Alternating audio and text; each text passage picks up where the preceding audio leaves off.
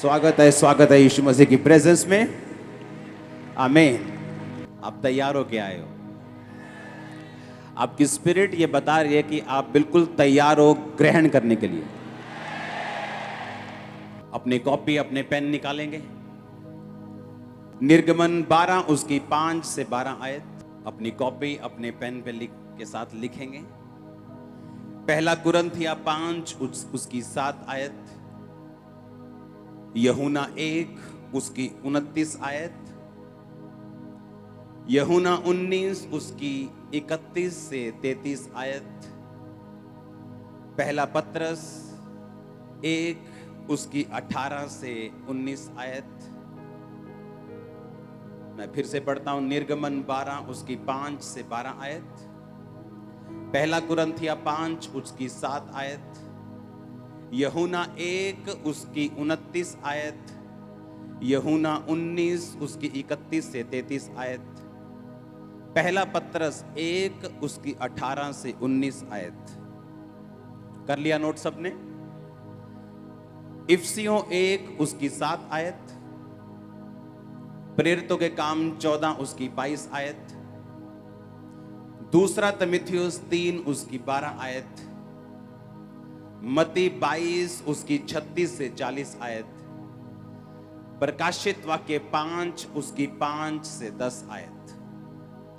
फिर से पढ़ता हूं मैं, इफिसियां 1 उसकी 7 आयत, प्रेरितों के काम 14 उसकी 22 आयत, दूसरा तीमुथियुस 3 उसकी 12 आयत, मत्ती 22 उसकी 36 से 40 आयत, प्रकाशित वाक्य 5 उसकी 5 से 10 आयत।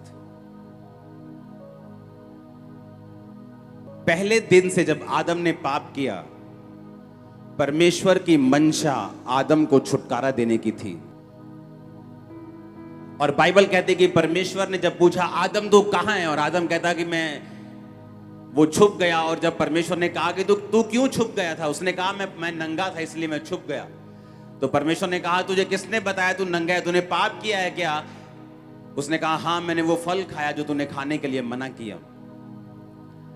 और बाइबल कहती है कि आदम ने अंजीर के पत्तों के साथ एक लंगोट बनाकर अपने नंगेपन को ढांप लिया, और परमेश्वर ने उसको पकड़ा और बाइबल कहती है उसे चमड़े के अंग रखे पहनाए।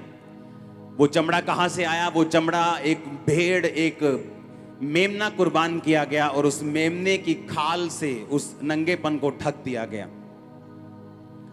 परमेश्वर के बताने का मकसद यह था कि तुम अपने कर्मों से, चाहे वो अच्छे हों, चाहे तुमने अपनी पूरी संपत्ति गरीबों को दे दी हो, तुमने 15,000 करोड़ रुपया दान दिया हो, तुमने अपने ब्लड से लाखों लोगों को डोनेशन दी हो, फिर भी तुम अपने नंगेपन को, अपने पाप को खत्म नहीं कर सकते जब तक भेड़ कुर्बान ना हो, जब तक मेमना कुर्बान ना हो, जब तक मैं तुम्हारे गुनाहों को ना ढकूं, जब तक मैं तुम्हें माफ ना करूं। तुम्हारे अच्छे किए गए कर्म तुझे मेरे पास नहीं लेके आ सकते। और बाइबल कहती है कि पहले दिन ही यीशु मसीह को कुर्बान कर दिया गया था, और उसके चमड़े से बाइबल कहती है आदम और हवा को कपड़े बनाकर दिए गए थे। और यह प्रोफेसी थी कि आने वाले समय में प्रभु यीशु मसीह के द्वारा तुम्हारी शर्मिंदगियां और पाप खत्म कर दिए जाएंगे, कि परमेश्वर यीशु मसीह तुम्हारे लिए मारे जाएंगे, और उसके मारे जाने के द्वारा तुम्हारे गुनाह खत्म होंगे और तुम्हारी शर्मिंदगियां ढक दी जाएंगी। जो वचन की आयतें मैंने पढ़ी हैं आपके लिए, यह लगातार 2 हफ्ते चलेगा। आज भी प्रभु भोज होगा, अगले हफ्ते भी प्रभु भोज होगा, और थर्सडे भी होगा, अगले थर्सडे भी। ये 4 मीटिंग में हम लहू और परमेश्वर की बात करेंगे, और डिलीवरेंस के बहुत करीब आप पहुंच जाएंगे, बहुत करीब आप पहुंच जाएंगे। क्योंकि इस वचन को समझने के लिए आपको आत्मा चाहिए। सदूकी और फरीसी भी बहुत वचन सुनाते थे। बोलो अपने पड़ोसी को, सदूकी और फरीसी बहुत वचन सुनाते थे, लेकिन वो परमेश्वर से दूर थे।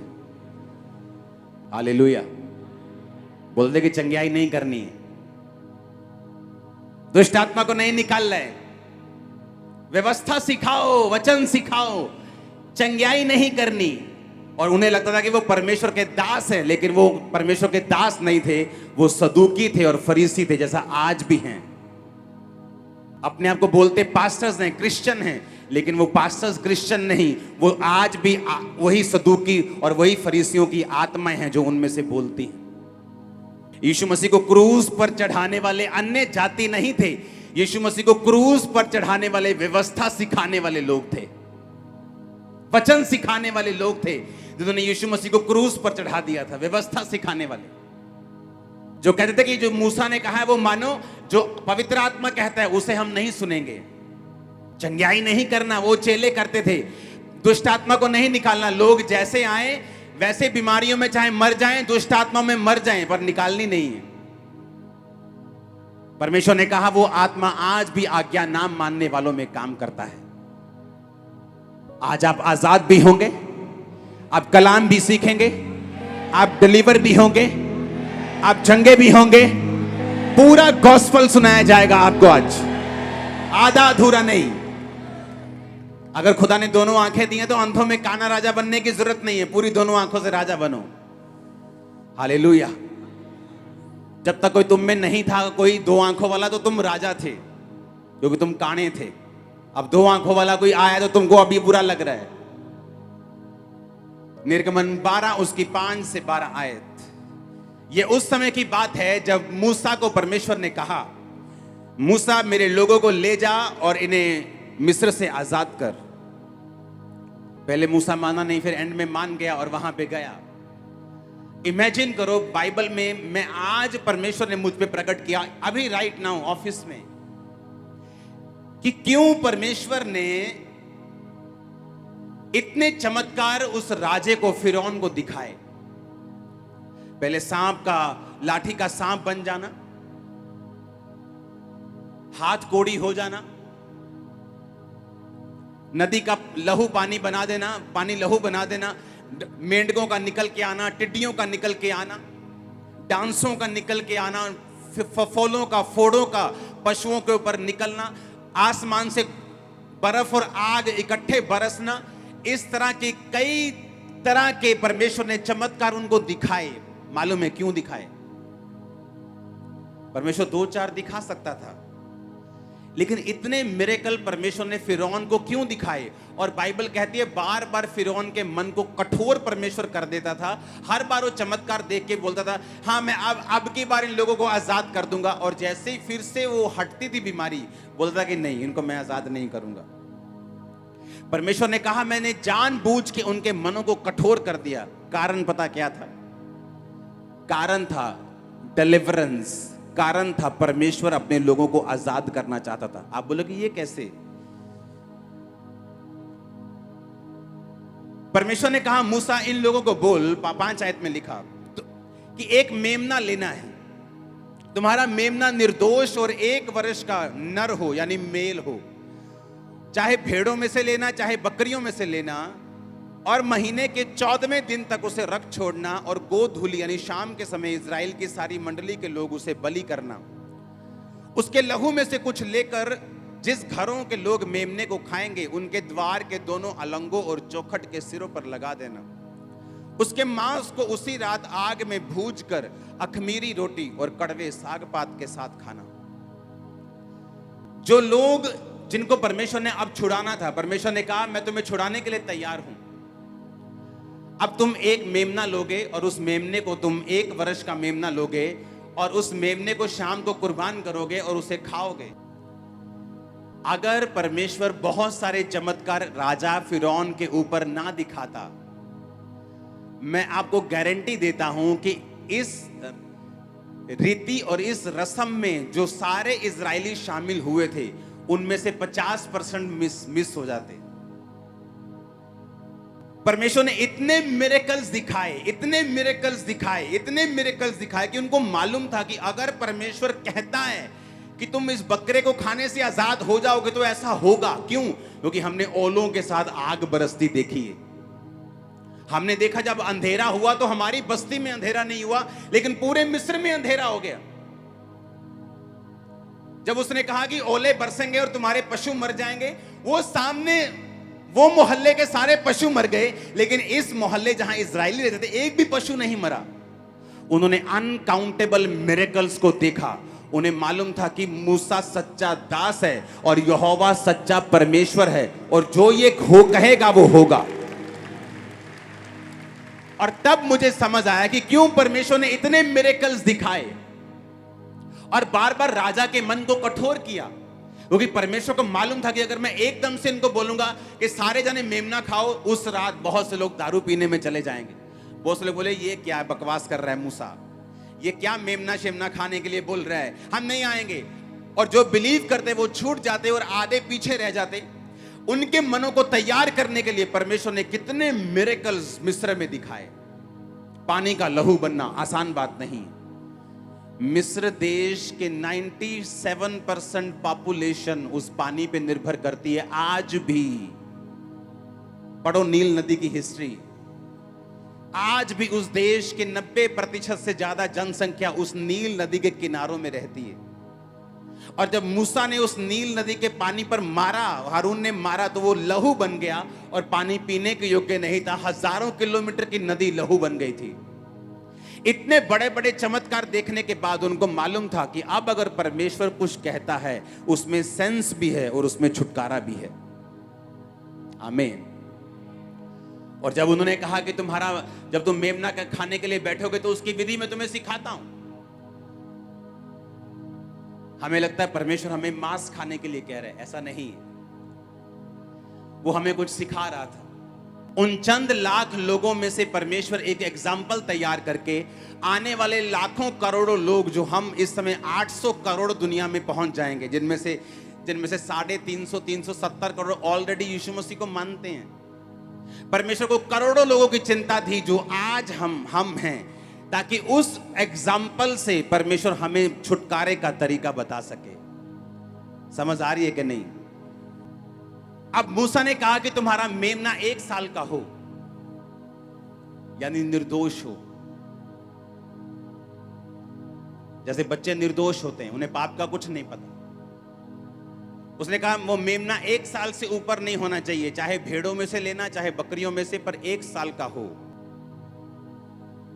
पहला पत्रस 1 उसकी 18-19 में लिखा, तुम जानते हो कि तुम्हारा निकम्मा चाल चलन जो बाप दादों से चला आता है, तुम्हारा छुटकारा सोने और चांदी अर्थात नाशवान वस्तुओं के द्वारा नहीं हुआ, पर निर्दोष और निष्कलंक मेमने अर्थात मसीह के लहू के बहुमूल्य लहू के द्वारा हुआ है। वो 1 साल का मेमना जो निर्दोष था वो कौन था? बोलो प्रभु यीशु मसीह। पतरस ने कहा तुम्हारा छुटकारा लहू सोने और चांदी ने नहीं किया, तुम्हारी भेंटों ने नहीं किया, पर निर्दोष और निष्कलंक मेमने अर्थात मसीह के बहुमूल्य लहू के द्वारा हुआ है। इसलिए परमेश्वर ने कहा था जो मेमना तुम लोगे वो 1 साल का लो। 8 आयत में लिखा है, परमेश्वर ने कहा उसके मांस को उसी रात आग में भूनकर अखमीरी रोटी और कड़वे साग पात के साथ खाना। अपने पड़ोसी को बोलो अखमीरी रोटी,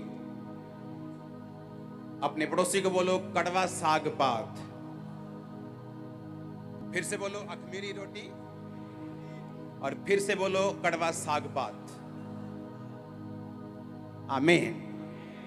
कड़वा साग पात, जो मिस्र में लोग थे, इजरायली लोग थे, वो किसी ने बंद गोभी खाई है? कड़वी वाली अमेरिका में मिलती है या कहीं यहां भी कहीं मिलती, खाई है कि नहीं?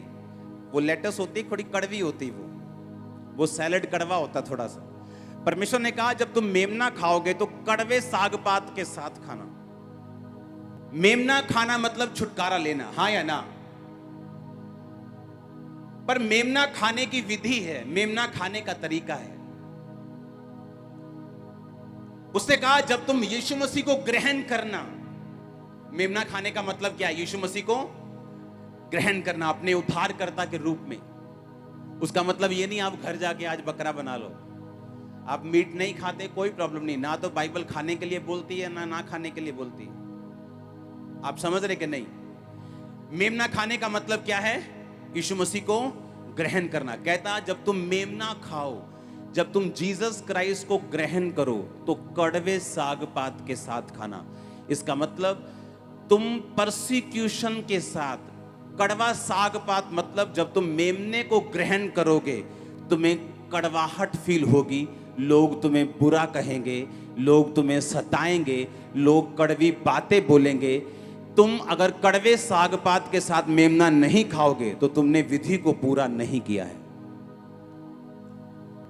मेमना खाने की विधि क्या है? मेमना निर्दोष हो। मेमना क्या हो?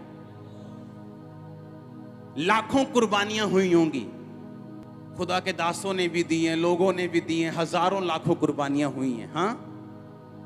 पर उसने कहा ये वाली कुर्बानी जो निर्दोष उस जन की होगी जो मां और बाप से नहीं, सिर्फ मां से आया होगा और निर्दोष होगा। कहता उस मेमने को तुम खाना, पर कड़वे साग पात के साथ। जब तक तुम पूरी विधि के साथ उसको नहीं खाओगे तुम आजाद नहीं होंगे। एक फैसला पहले करना होगा कि क्या मैं इन बीमारियों में खुश हूं, क्या मैं इन गरीबी में खुश हूं, क्या मैं रोज के कलेश से खुश हूं, क्या मैं अपने घर की रोज की झिकझिक, अपने डिप्रेशन से, दुष्ट आत्मा के अटैक से खुश हूं। अगर तो मैं खुश हूं तो फिर रहन तो छोड़ो मेमने को, और अगर मुझे फ्री होना है तो याद रखो फिर लोगों की बातें नहीं सुननी है। परमेश्वर ने यह नहीं कहा कि जब तुम मेमना खाओ तो तुम्हें मीठा साग पात, तुम्हें मीठी रोटियों के साथ खाना है। उसने कहा जब तुम मेमना खाओगे तुम्हें कड़वा साग पात साथ खाना पड़ेगा, कड़वा साग खाना पड़ेगा। मेमने के साथ तुम्हें कड़वा साग लेना पड़ेगा। परमेश्वर ने कहा जितने भक्ति के साथ जीवन बिताना चाहते हैं वो सब सताए जाएंगे। हालेलुया। पहला कुरिन्थियों 5 उसकी 7 आयत को मैं पहले पढ़ूंगा। उसमें लिखा पुराना खमीर निकाल कर अपने आप को शुद्ध करो और नया गूंथा हुआ आटा बन जाओ, क्योंकि तुम अखमीरी हो और हमारा भी फसह जो मसीह है बलिदान हुआ है। सब बोलो आमीन। उसने कहा जब तुम मेमना खाओगे तो अखमीरी रोटी के साथ खाना। किसके साथ खाना है? अखमीरी, यानी खमीर नहीं लगा होना चाहिए। जब तुम मेमना खाओगे तो तुम्हारी रोटी अखमीरी होनी चाहिए, उसमें खमीर नहीं होना चाहिए। और नया नियम में लिखा कि पुराना खमीर निकाल कर अपने आप को क्या करो? शुद्ध करो। जब तुम मेमना खाओ तुम में बपतिस्मा तुम्हारा हुआ होना चाहिए। जब तुम मेमना खाओ तुम्हारे अंदर व्यभिचार का आत्मा नहीं होना चाहिए। जब तुम मेमना खाओ तुम चोर नहीं होने चाहिए। जब तुम मेमना खाओ तुम मूर्ति पूजक नहीं होने चाहिए। जब तुम मेमना खाओ तुम गालीबाज, तुम चुगलियां करने वाले, निंदा करने वाले, ये लोग तुम नहीं होने चाहिए। उसने कहा अपने खमीर को निकाल कर शुद्ध हो जाओ। अगर वो सिर्फ आटे की बात कर रहा होता पुराने नियम में, तो नए नियम में वो हमें खोल के ना बताता। निर्गमन का वचन 5000 साल पुराना है, ये वचन 2000 साल पुराना है। 3000 साल बाद भी अगर ये वचन लिखा गया तो उसने कहा पुराना खमीर निकाल कर अपने आप को शुद्ध करो और नया गूंथा हुआ आटा बन जाओ, क्योंकि तुम अखमीरी हो और हमारा फसह जो मसीह है बलिदान हुआ है। सब बोलो आमीन। जब तुम मेमना खाओगे तो अखमीरी रोटी के साथ खाना। तुम्हारे अंदर खमीर नहीं होना चाहिए, नहीं तो वो छुटकारा काम नहीं करेगा। अगर तुम छुटकारा चाहते हो तो तुम्हें विधि के साथ मेमने को खाना होगा।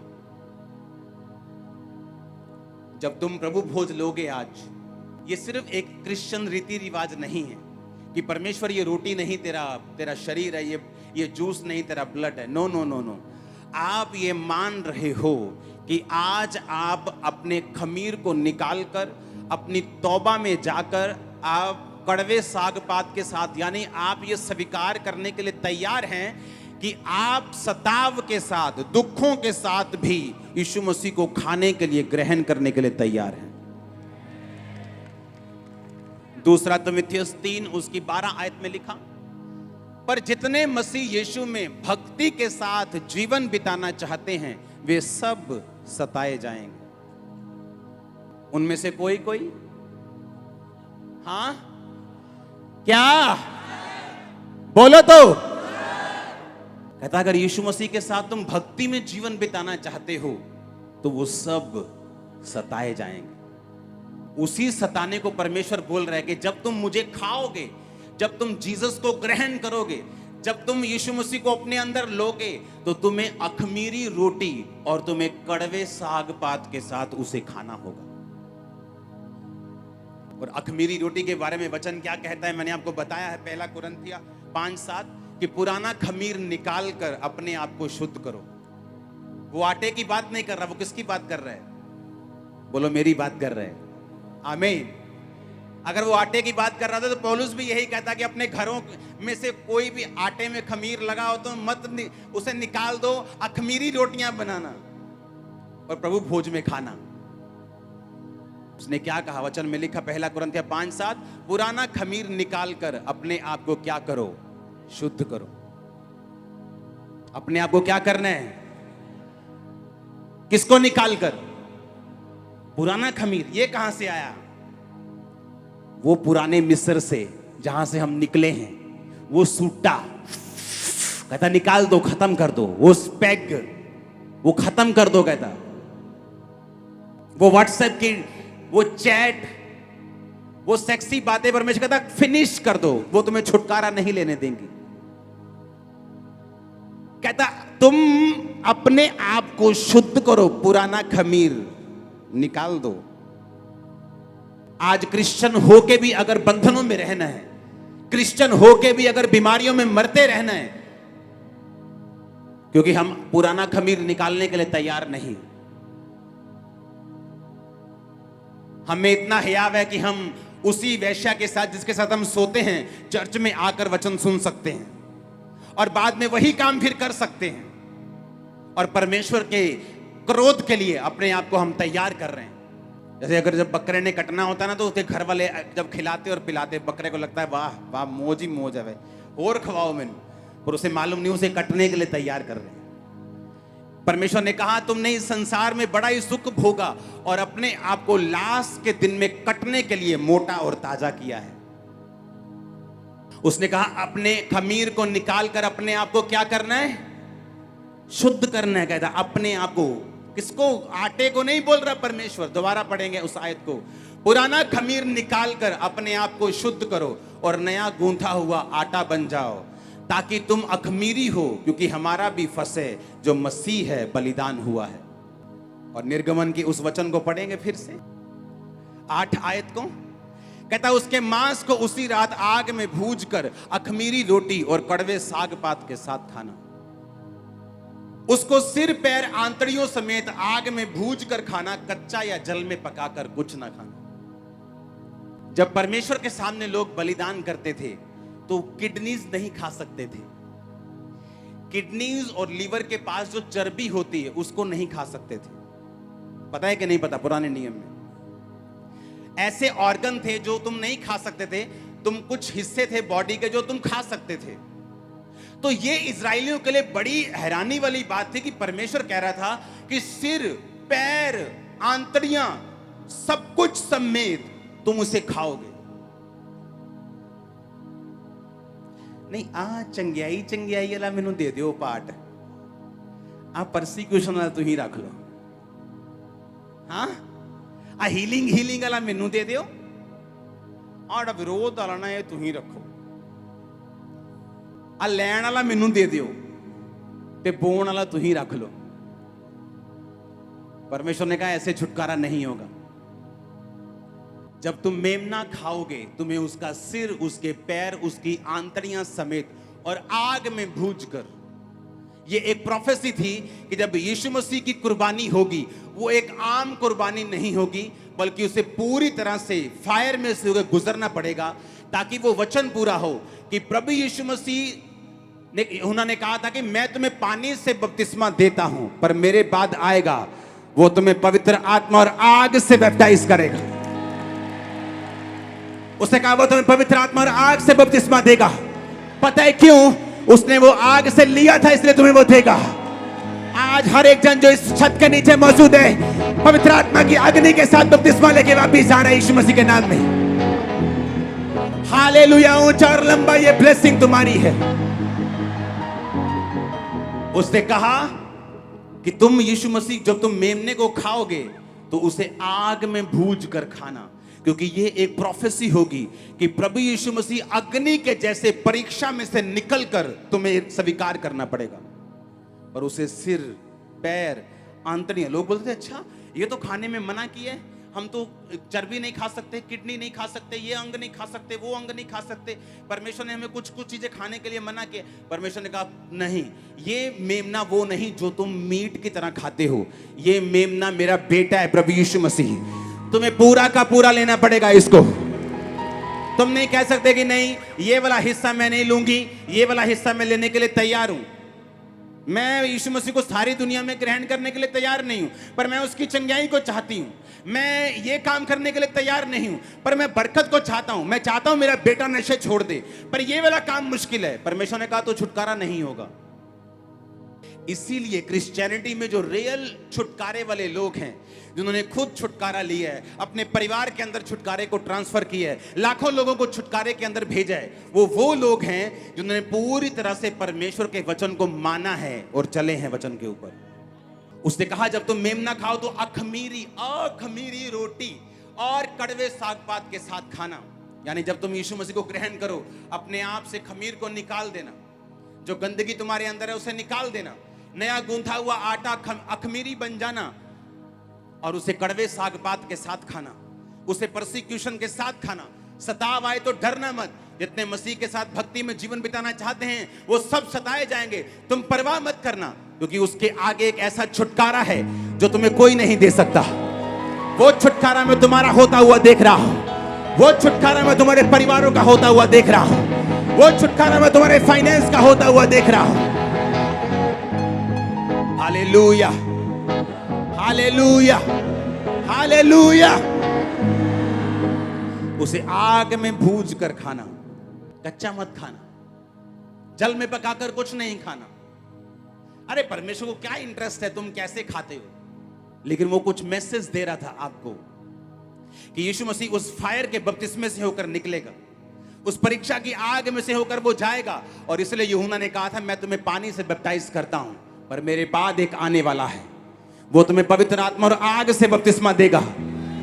ओ जीसस, हालेलुया, हालेलुया, हालेलुया। अब तुम अपने आप की पिक्चर देखो, वो निर्दोष मेमना और कोई नहीं। इस दुनिया में कोई निर्दोष नहीं सिवाय यीशु मसीह के। वो ऐसा एक लौता था, है और रहेगा जो सिर्फ मां के जरिए आया और पवित्र आत्मा ने उसको गर्भवती किया, क्योंकि वो निर्दोष था। इंसान के ब्लड में पाप था। अगर वो बाप के जरिए आता तो फिर वो भी ब्लड से, आदम और हवा के ब्लड से पापी ठहरता। लेकिन परमेश्वर ने कहा था अगर तुमको छुटकारा चाहिए तो निर्दोष मेमना कुर्बान करना पड़ेगा। मैंने आपको हजारों साल पहले यीशु मसीह के जन्म के बाद पहले का वचन सुनाया, यीशु मसीह के जन्म के बाद का वचन सुनाया। अब मैं आपको हजारों साल बाद या सैकड़ों साल बाद का वचन अब मैं आपको सुनाता हूं। प्रकाशित वाक्य 5 उसकी 5 से 10 आयत, जिसमें ये साबित होता है जो यीशु मसीह ने वचन में लिखा है। आदि में कौन था? वचन परमेश्वर के, और वचन ही आदि में यीशु मसीह परमेश्वर के साथ था। क्योंकि वचन कौन है? वचन ने देह धार के वो नीचे आया और उसका नाम क्या रखा गया? प्रभु यीशु मसीह। आदि में यीशु था, यीशु परमेश्वर के साथ था और यीशु ही परमेश्वर था। आदम और हवा के टाइम भेड़ कुर्बान की गई, मूसा के टाइम पे एक भेड़ कुर्बान की गई, मेमना कुर्बान किया गया। नए नियम में लिखा कि तुम्हारा जो बलिदान है, जो तुम यीशु मसीह जो निर्दोष मेमना है, निष्कलंक मेमना है, उसके लहू के द्वारा हुआ। और अब हम वो आयत पढ़ेंगे जो अभी पूरी नहीं हुई।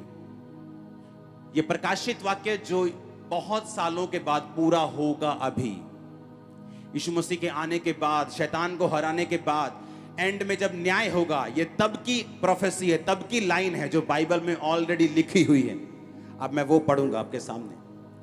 उन पर प्राचीनों में से एक ने मुझसे कहा, मत रो, देख यहूदा के गोत्र का वह सिंह वह शेर जो दाऊद का मूल है, उस पुस्तक को खोलने और उसकी 7 मोहरें तोड़ने के लिए जयवंत हुआ है।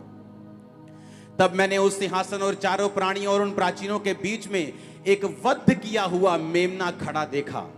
उसके 7 सींग और 7 आंखें थी। वे परमेश्वर की 7 आत्माएं हैं जो सारी पृथ्वी पर भेजी गई हैं। उसने आकर उसके दाहिने हाथ से जो सिंहासन पर बैठा था पुस्तक ले ली। जब उसने पुस्तक ले ली तो वे चारों प्राणी और 2400 प्राचीन, जो 24 प्राचीन थे, उस मेमने के सामने गिर पड़े और उनमें से हर एक के हाथ में वीणा, धूप और पवित्र लोगों की जो प्रार्थनाएं हैं उनसे भरे हुए सोने के कटोरे थे। वे नया गीत गाने लगे कि तू इस पुस्तक के लेने और इसकी मुहरें खोलने के योग्य है, क्योंकि तूने वध होकर अपने लहू से हर एक कुल, भाषा और लोग और जाति में से परमेश्वर के लोगों को मोल लिया है और उन्हें हमारे परमेश्वर के लिए एक राजा और याजक बनाया है और वो पृथ्वी पर राज्य करते हैं। आने वाले समय में परमेश्वर कहता है कि एक वध किया हुआ मेमना उनके बीच में खड़ा होगा और वो कहेगा कि मैं इन पुस्तकों की मोहरों को, कितने मेरी बात को समझ रहे हैं? वो कौन है वध किया हुआ मेमना? वो कत्ल किया हुआ मेमना कौन है? जो स्वर्ग में है। वो कौन है? बोलो। फिर से पढ़ेंगे उस आयत को। तूने वध होकर अपने लहू से हर एक कुल, हर एक भाषा, जाति, लोग, अलग अलग धर्मों के लोगों को अपने लहू से मोल लिया है। कैसे रोकोगे तुम लोग? कैसे रोकोगे? अरे कैसे रोकोगे? बाइबल में लिखा हुआ है। जब मेमना वध किया जाएगा तो उसने कहा क्योंकि तूने वध होकर, तूने जान देकर अपने लहू से हर कुल, धरती का कोई कुल ऐसा नहीं जो बचेगा, भाषा, लोग, जाति में से परमेश्वर के लोगों को मोल लिया है। किस लिए मोल लिया है? इसलिए नहीं कि उन्हें दुखी कर सके। कहता उसने इसलिए मोल लिया है कि तुम्हें राजा और याजक बना सके, तुम्हें छुटकारा दे सके, तुम राज्य कर सको। तुम राज्य करोगे यीशु के नाम में। बीमारियों के ऊपर यीशु के नाम में, तकलीफों के ऊपर, बीमारी के ऊपर, कर्जे के ऊपर, गरीबी के ऊपर तुम राज्य करोगे यीशु मसीह के नाम में। आज हम राज्य कर रहे हैं। पता है क्यों? मेरी खुद की इच्छा है, मेरी पर्सनल लाइफ में ये चर्च का पैसा, मैं ऑफरिंग जो होती है वो मेरा पैसा नहीं, मैं मैनेजर हूं, उसको मैनेज करता हूं कहां कहां लगाना है। इसीलिए हम जल्दी ग्रो हुए हैं। मेरे पास पैसों का हिसाब है, सारा पैसा बैंक में जाता है, तिजोरियों में कुछ नहीं पड़ा हुआ। हालेलुया। आप समझ रहे मेरी बात को? सुनो मेरी बात। उसने कहा अगर आज मैं अपनी लाइफ में चाहूं मुझे 50 चर्चेस और खोलनी है, ये हमारी मर्जी पे भी डिपेंड कर रहा है कि हम कितना स्पीड से बढ़ना चाहते हैं। इसे राज्य करना बोलते हैं। हमें लगता है हमें अपनी प्रार्थना की लाइफ को मेंटेन करना है। अब ऐसा कुछ नहीं है जो हम सोचते हैं कि हम ऐसा कर सकते हैं। ऐसा कुछ नहीं। अगर हमें करना है तो हम कर लेते हैं, अगर हमें नहीं करना हम छोड़ देते हैं। और ऐसा ही कब्जा परमेश्वर आपकी लाइफ से, आपकी जिंदगी में आपको देना चाहता है। कारण हम लोग नहीं है, कारण हमारे अच्छे काम नहीं। लिखा वध किया हुआ मेमना। फिर से पढ़ेंगे उसको। क्योंकि वध होकर, तूने वध होकर अपने लहू से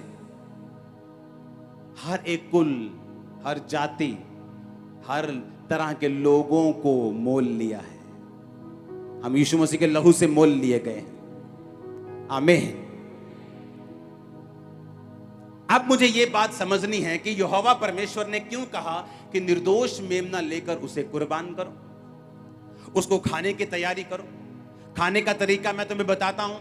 खाने की विधि यह है, फिर से पढ़ेंगे निर्गमन, कि उसके मांस को उसी रात आग में भूनकर अखमीरी रोटी और कड़वे साग पात के साथ सिर पैर आंतड़ियों समेत खाना, कच्चा या जल में पकाकर कुछ ना खाना। उसमें से कुछ भी सवेरे तक ना रहने देना। यदि कुछ सवेरे तक रह जाए तो उसे आग में जला देना। परमेश्वर ने कहा जब तुम उसे खाना तो बचा के मत रखना।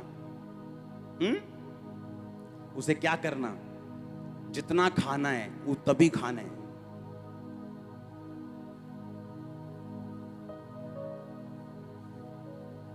उसे बचा कर नहीं रखना सुबह तक।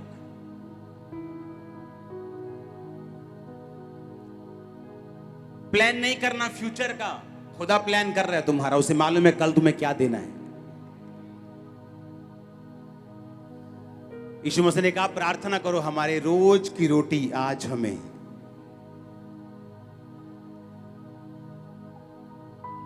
कल की चिंता मत करना जब तुम मेमने को खाना, कल क्या होगा। ओ जी मेरे रिश्तेदार ना मिले मैनू, फिर मेरे गोलू दे विआह ते कौन आऊ।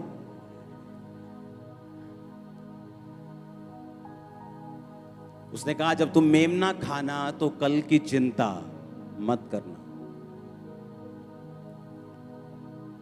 मेमना खाना तो पूरा खा लेना। ये मत कहना कि नहीं अभी मैंने सिगरेट छोड़ दी है, तंबाकू कभी कभी मैं लगा रहा हूं, दारू मैंने छोड़ दी है ना जी, दारू पछड़ती होते नहीं पर कदी कदी। परमेश्वर ने कहा ऐसा तुम मत करना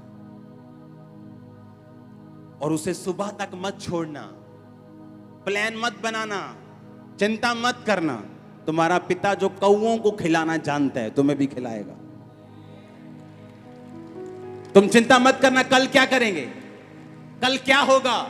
यीशु मसीह को खा लिया तो कल क्या होगा, रिश्तेदार क्या बोलेंगे, लोग क्या कहेंगे। परमेश्वर ने कहा कल के बारे में मत सोचना। और वही बात यीशु मसीह ने नया नियम में बोली कि तुम ये बात मत कहना कि कल हम क्या करेंगे। यीशु मसीह ने कहा एक अमीर आदमी था, उसने कहा देखो मैं कितना अमीर हो गया हूं, हर साल मेरे खेत बढ़ते जा रहे हैं, तो मैं ऐसा करूंगा इन खेतों की फसल के लिए एक स्टोर हाउस बनाऊंगा, वहां मैं अपनी फसल को रखूंगा और अपने मन को बोलूंगा वाह आराम से चैन कर खा और पी। और परमेश्वर ने कहा हे मूर्ख, इसी रात तेरा प्राण तुझसे ले लिया जाएगा और जो तूने ये बटोरा ये किसी और का हो जाएगा। कल की चिंता मत करना, आज का दुख परमेश्वर ने कहा आज के लिए बहुत है। तुम चिंता मत करना कि हम कल क्या खाएंगे, क्या पिएंगे, क्या पहनेंगे। परमेश्वर ने कहा अन्य जातियां भी इन्हीं वस्तुओं की खोज में रहती हैं। जब तुम मेमने को खा लेना तो सुबह के लिए कुछ भी बचा के नहीं रखना। तुम पवित्र आत्मा की गाइडेंस के अनुसार चलना। हालेलुया। ये चर्च आज पवित्र आत्मा के हिसाब से चल रही। इस चर्च के पास कोई 50 करोड़ बैलेंस नहीं है बैंक में कि इतना बड़ा प्रोजेक्ट चल रहा है। ये पूरी तरह रोज की रोटी पे चल रही है।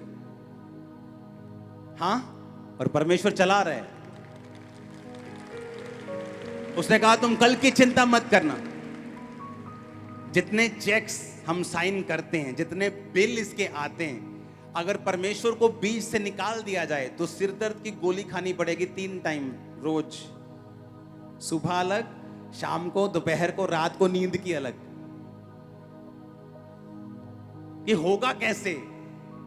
परमेश्वर ने कहा कल की चिंता मत करना, सुबह तक कुछ भी बचा कर रखने की जरूरत नहीं है। मैं कौओं को देता हूं तो तू मेरे ब्लड से मोल लिया गया, तुझे भी दूंगा।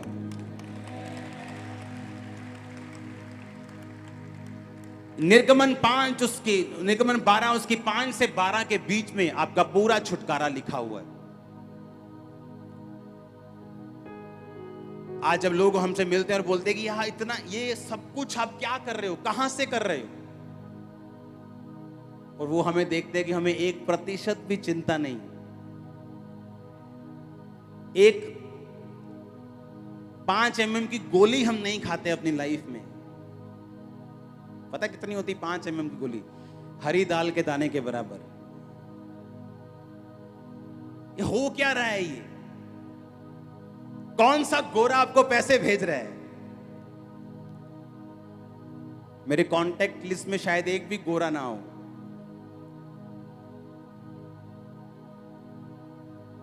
अगर यीशु मसीह का रंग गोरा था तो भेज तो गोरा ही रहा है। हालेलुया।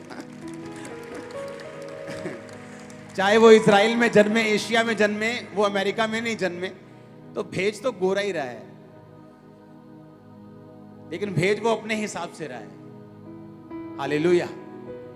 तुम सुबह तक उस मेमने को मत छोड़ना, कल की चिंता मत करना, स्ट्रेस मत लेना, मेरे बेटे की शादी पे कौन आएगा, ये मुझे कौन बचाएगा। अगर मैंने सारा कुछ परमेश्वर पे छोड़ दिया, सारा समर्पण कर दिया परमेश्वर को, तो कल को मैं अकेला ना रह जाऊं। उसने कहा ऐसी चिंता मत करना, कूद जाना। मेमने को खाने की विधि है, यीशु मसीह को मानने की विधि है। अगर विधि के अनुसार नहीं खाओगे, विधि के अनुसार नहीं मानोगे, तो तुम्हारा छुटकारा होना पॉसिबल नहीं है।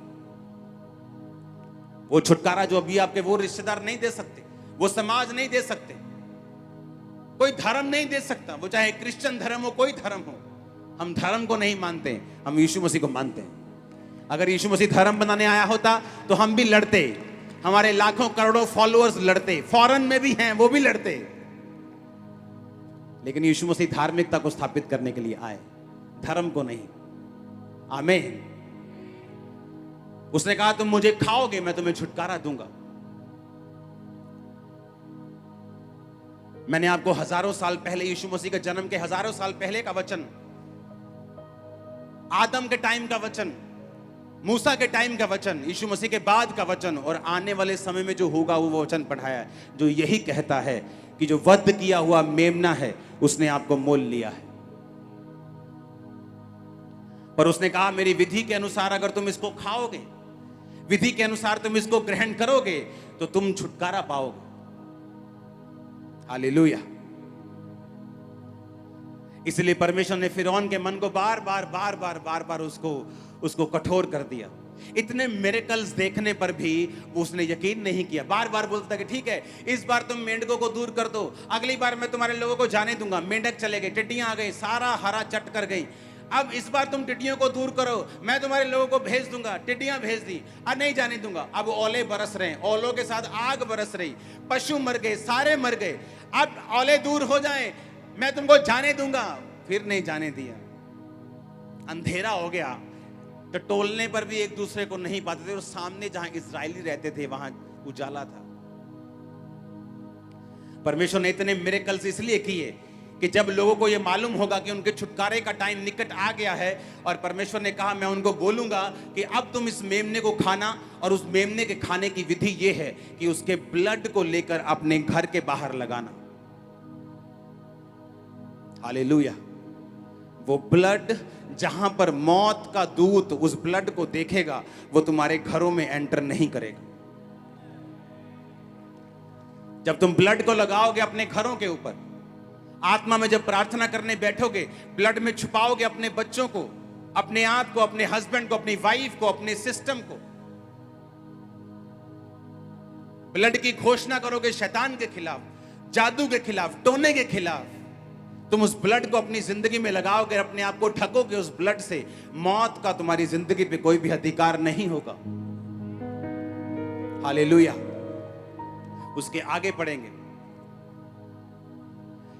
सवेर तक वो रह जाए तो आग में जला देना। और उसके खाने की विधि ये है, कमर बांधे, पांव में जूती पहने और हाथ में लाठी लिए हुए फुर्ती से खाना। वह तो यहोवा का पर्व होगा, क्योंकि उस रात को मैं मिस्र देश के बीच में होकर जाऊंगा, और मिस्र देश के क्या मनुष्य क्या पशु सबके पहलोठों को, यानी जो सबसे बड़े बच्चे होते हैं, पहलोठा उन्हें बोलते हैं, उनको मारूंगा, और मिस्र के सारे देवताओं को भी मैं दंड दूंगा। मैं यहोवा हूं। उसने कहा जब मेमने को खाना तो कैसे खाना? फुर्ती से। कैसे खाना? बाइबल कहती प्रभु यीशु मसीह जब एक नदी के किनारे जा रहे थे, तो परमेश्वर ने यूहन्ना को देखा और उसके भाई को देखा, और परमेश्वर ने कहा आओ मेरे पीछे, मैं तुम्हें मनुष्यों का पकड़ने वाला बनाऊंगा। बाइबल कहती है उन्होंने फुर्ती से अपने नावों को अपने पिता के पास छोड़ा और यीशु मसीह के पीछे चले गए। कैसे? फुर्ती से। और बाइबल का वचन कहता है कि जब उन्होंने अपने पिता के साथ नाव को छोड़ा, और भी मजदूर उनके साथ काम कर रहे थे। आप कब रखते हो दुकान पे काम करने वाले लोग? जब आप भूखे मर रहे हो कि जब काम ज्यादा हो? जब आपका काम बढ़ जाता है, आप एक और दुकान, एक और दुकान, एक और दुकान, आपको स्टाफ की जरूरत पड़ती। हाँ, इस मिनिस्ट्री में 400 लोगों का स्टाफ है जो 24 घंटे काम करता है। क्यों? लोग ज्यादा हैं, काम ज्यादा है, सिस्टम बड़ा है।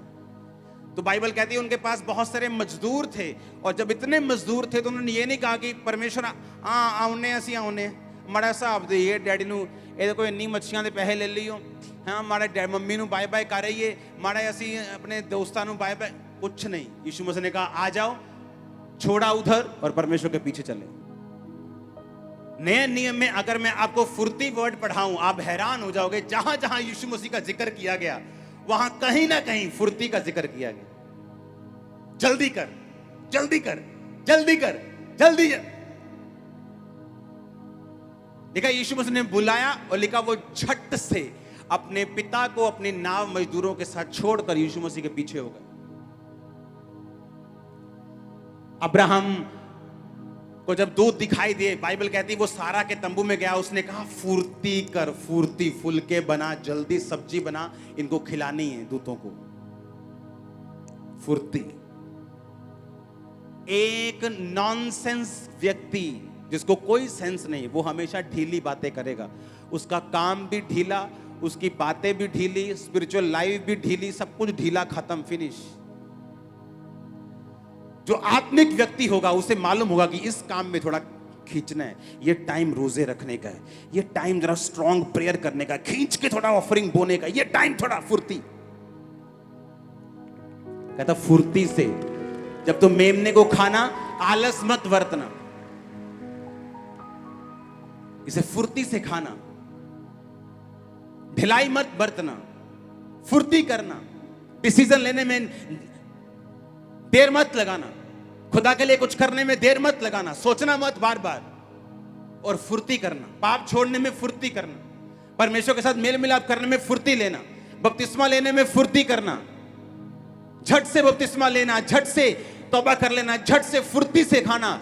तुम मेमने को अगर ढीले ढाले खाओगे तो तुम्हारा छुटकारा देरी से होगा, मिस कर दोगे तुम छुटकारे को। और अगर तुम मिस कर दोगे तो परमेश्वर को कोई दुख नहीं है, क्योंकि 380 390 करोड़ उस छुटकारे का आज आनंद ले रहे हैं। अगर एक उसमें कम हो जाएगा तो उसी एक का नुकसान है, परमेश्वर का कोई नुकसान नहीं। जब तुम मेमने को खाना तो उसने क्या कहा? खाने की विधि है कमर बांधे हुए खाना। मसीह में हमारी कमर कौन सी है? अपनी अपनी कहता बुद्धि की क्या कस लो, कमर कस लो। और अगर आप आपने सुना और फॉलो किया, आप खुद आओगे रिजल्ट लेके, वहां खड़े होंगे आप टेस्टिमनी के लिए। आज मुझे ये वचन प्रैक्टिकली मालूम नहीं था, आज से 17-18 साल पहले। लेकिन जब भी बपतिस्मे का जिक्र होता था, हम अपने लोगों से पूछते थे, आप मुझे कब बपतिस्मा दोगे?